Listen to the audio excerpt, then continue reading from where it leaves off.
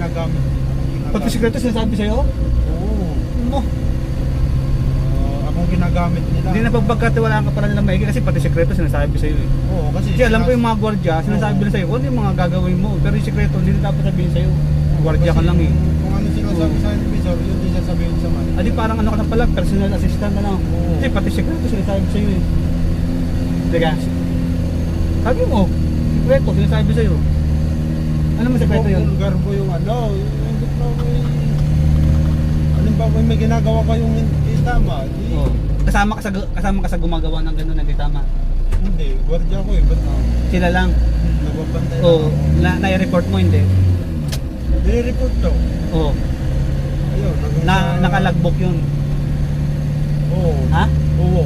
Hindi. Ay, hindi ka good na gwardiya. Kalaunan yung away nilang dalawa, Oh. dumating yung general manager, Oh. yung GM. Nalaman niya yung sitwasyon. Akong Na? ginawang Ano? kung anong problema nilang dalawa. Oh. Di sinabi ko. Ang tawag sa ganun. Tatawag na, ha? Ang tawag sa ganun. Mga tanga. Ha? Mga tanga. Hindi ang tawag sa'yo. Kasi ikaw yung ginawang ano eh. Sa akin? Oh. Ano? Yung parang yung ano yung Paul Gay yata tawag sa ganun ano. Yung isa yung bibigay lahat sa sisi ano. No? Tama ba yun? Ikaw ba sinisi lahat? Oo. Parang ganun na rin. Pero wala naman ako. Labas naman ako sa puti. Ano sa tumubis ako? Yun ang dahilan ba't ka umas sa pag-abotya. Eh marami naman pwedeng pwestuhan eh. Di ka pumwesto ka doon sa may isang mall sa San Miguel. Oo. Oh. Wala naman ng kalabaw doon. Wala na ring aso. Eh ba't ka pa umalis? Oh. Hindi binigay yung entertainment ko. Di binigay entertainment pay mo. Papasok ako doon, di binigay yung entertainment pay ko. Ano gagawin ko doon? Tawag dito. Yung entertainment pay ba alam ba binibigay yun? Baka naman di ba panahon para ibigay? Kailan, isang taon na wala pa rin hanggang ngayon. Hindi, kasi ang bigay ng entertainment pay hanggang January 30 lang. January. 30. Di ba ang January ang 31? January 30, Oh. December 30. Hanggang December 30 lang. Bakit yung 31 hindi nakasama? Hindi na yon. Bakit? Kasi kailangan na ng pera ng mga gwardiya para panhandal sa Hindi. bagong taon. 30, hindi bibigay sa iyo yun. Bibigay yun. Hindi, walang pasok ang opisina ng 30. Dahil ang 30 ay Rizal Day, holiday yun. December 30 ah. Oh. Ang maniwala pa ako kung 31 kasi hindi yun holiday. Ang holiday ka. Prespera siya ng bagong taon pero hindi holiday. December 30. O ba, kaya siguro hindi ka binigyan dahil December 30 holiday yun. Kung ikay bumalik ng December 31, malamang nakuha mo yun, yung 30 month pay mo. Paano naging holiday ang 30? Di kayo Rizal Day. Alam ko ba ikaw yung gwardiya? Rizal din ang 30. Oo. Oh. Kita mo, ngayon mo na nalaman. Kaya hindi ka nakakatanggap ng 30 month pay ng December 30 kasi holiday yun. Oo. Kung ikaw ay bumalik kinabukasan, malamang nakuha mo yun. Pumunta na ako dun sa opisina nila Ay, anong araw ka bumalik? Yung 16. Oh, di December, sabi mo kasi. January 16. Oh, 16 na yun, January na yun. Panibagong taon na yun. Pero kung kayo bumalik ng ganung taon pa rin, December 31, malamang nakuha mo yun. Ang 30 month pay mo. Kasi, yun pa rin yun, di ba? Pag kinabukasan, bagong taon na, di wala na yung tagang 30 month pay. Baka nag-export yata yun. Hindi. Yung 30 month pay. Pinaghirapan ng gwardiya yun. Ha? Pinaghirapan ng gwardiya. Yung 30 month pay? Oo. Eh, Saka nakakapagtaka, sa akin lang yung hindi binigay. ayun nga nakakapagtaka doon. Kasi sa'yo wala pero yung iba meron. Eh malamang nagbibigay sila. Malamang mali lang yung araw na pinunta mo. Wala yung inspector doon. Ha? Yung inspector. Inspector na naman naman mali. Yung inspector na mali doon. Kanina sa inspector. Kasi Talagang yun yung nagpasok sa akin, tapos hindi na... Kaya maraming mga gwardiya na ay mga inspector na nababarda ko pati sa 30 month pay nakikailam din. Ibig sabihin kaya hindi ka nabigyan ng 30 month pay dahil nakailan naman inspector nyo. Hindi kaya mali tayo pagpunta mo ng araw. Hindi. Ha? Hindi. Tingin ko yun eh. Nakakatawa talaga. So, sa akin, okay naman. Sa'yo? Oo. Hindi, yung ano, yung heart to heart na usapan, yung walang ano, kung may sama ng loob, pwede mo sabihin sa akin. Naka-video ka oh. O para Ganon. pag sinabi mo, kung sabi ka ng sama loob sa akin, at least meron akong naka-record. Para pag talagang ano, papagawin ko sarili ko. Sabi ko, papagawin ko sarili ko, syempre, mag-open ka sa akin ng sama ng loob, di, sasabihin ko, di ba, ayoko naman makasakit ang damdamin eh. Diga? Maganda naman dun sa trabaho. Ha? Maganda naman dun sa trabaho. Hindi, yung computation ko ng 30-month pay ninyo, tama naman, mali. Oo. Ha? Ha? Tama, mali. Sinama mo ba yung binigay ni Kuya Utik? Hindi ah!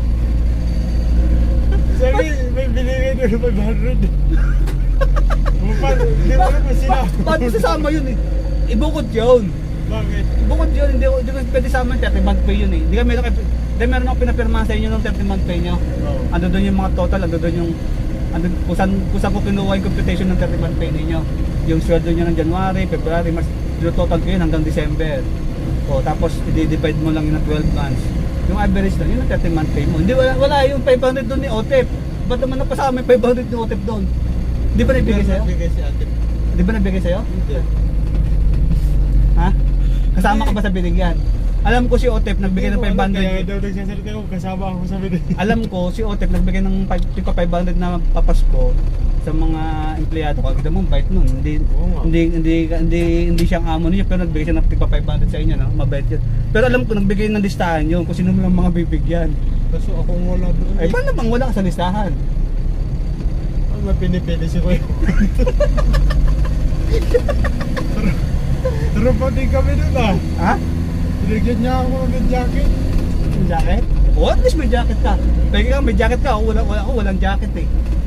Pero hayaan mo na, yun naman ay mabait na tao. Malay mo pagbalik ng dollar bibigay sa'yo. No? Ha? So, Dollar na nabibigay sa'yo. No? Kasi sa Amerika yun. Ha? saan nag-abroad dyan? Sa Amerika. Doon na nakatira yun? Malamang. Sa kukuha ng dollar yun, kundi doon. Teka. Ba't napunta ka pala doon? Hindi, 30-month pay muna tayo. Tapos 30-month pay. Kaya ka di ka nabibigyan kasi iniiba-iba mo yung usapan eh. O ano nangyari sa 30-month pay? Ba't di ka naibigay sa'yo? Binigay sa akin? Ha? Wala na. Hanggang sa nakalimutan na. Ha? Minura ko na lang. Minura ka? Minura ko. Minura. Pinunta. Galing lang sa Buti ka di ka nademanda. Masama magmumura, madidemanda ka. Sa mare ng ginawa ng Ha? Kahit na. Alam mo, pinapunta ko sa... Kung nakasuhan ka ng demanda, ng pagmumura, ng... Diba that time, ng unjust vexation, ano ka, magkulang pa yung makukuha mo sa 30-month pay. pumunta kayo nun sa Subic ba yun? Oo. Mar. Oo. Tapos ako nung nagpaalam, pupunta ng Manila para kunin yung 30-month pay ko. Oo. Pagka pumunta ko doon, hindi Oo. binigay ng agency. Oo. Sabi ng agency, nandun daw sa speaker yung sahod ko. Doon naman mapupunta roon. Oo, nandun daw, binigay na. Pero sabi kasi ng speaker, punta daw ako ng Manila para kunin yung sahod ko. Oo.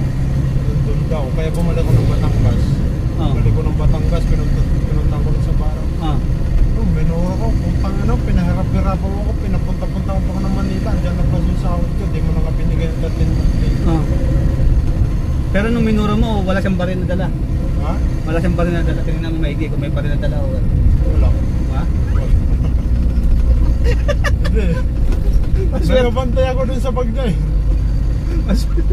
maswerte ka at walang dalang baril yun. Eh buong mumurahin mo ng gayon-gayon na lang. Pera-pera lang yung mumurahin mo yung tao. Eh, kasi Ha? maling-mali yung ginawa niya. Oo nga, mali nga, pero mali rin magmura. Pwede man mag-usap ng mga ayos eh. Kaya, ikaw ba'y... Dala lang ako dun Hindi. sa galit niyo. Oo, ako man nagagalit sa inyo pero hindi ako nagmumura. Nagtatas lang ako ng boses. Minura ba kita? Hindi Ha? rin ako pala muraan. Ay, bakit mo binura yung gwardiya? Imbis mo pa yun. Ibig sabihin, sobra na talagang galit yun sa akin. Sobra. Ibig sabihin meron talagang yung level na hangganan. Lagpas na siya sa level. Sinagat ng patis ako. Pero hindi mo siya binigyan ng warning na lang. Boy, ito doon, nakihingi sa mga ko yun. Sana binigyan mo ng warning na lalagpas ka na sa level. Isipin mo na lang, nagbabike ka, hanggang San Luis hanggang doon. May ka ng bike, ay sasakit na ng mga hita mo, makauwi ka lang at makapasok. Hindi. Wala yun. Sino ba nasabi magbike?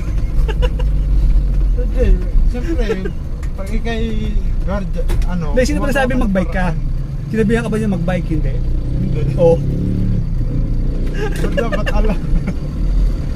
Dapat alam niya na yun. Ba't mo sisisihin na nagbabike ka?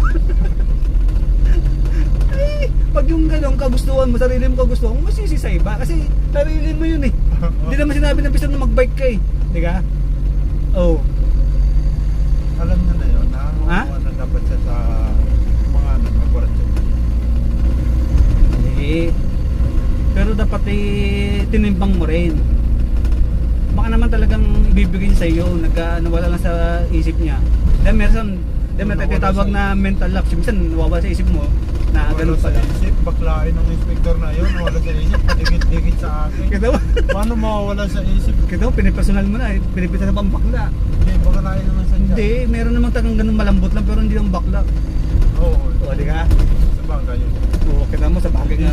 Ngayon Hindi sa napag-isip masabi mo ng na. lalaki, hindi rin Pero sa masabi ng bakla. nausgaw mo na siyang bakla siya. Oo. Pero yun ang galawan niya eh. Kahit siyempre galawan nga lang yun eh. Eh, siyempre may mga kanya-kanyang kilos yan. Oo. Alam niyo sila eh, sige oh. O, lagi sila ayos naman ngayon. Hindi, yun na yung mga galaw-galaw lang yun.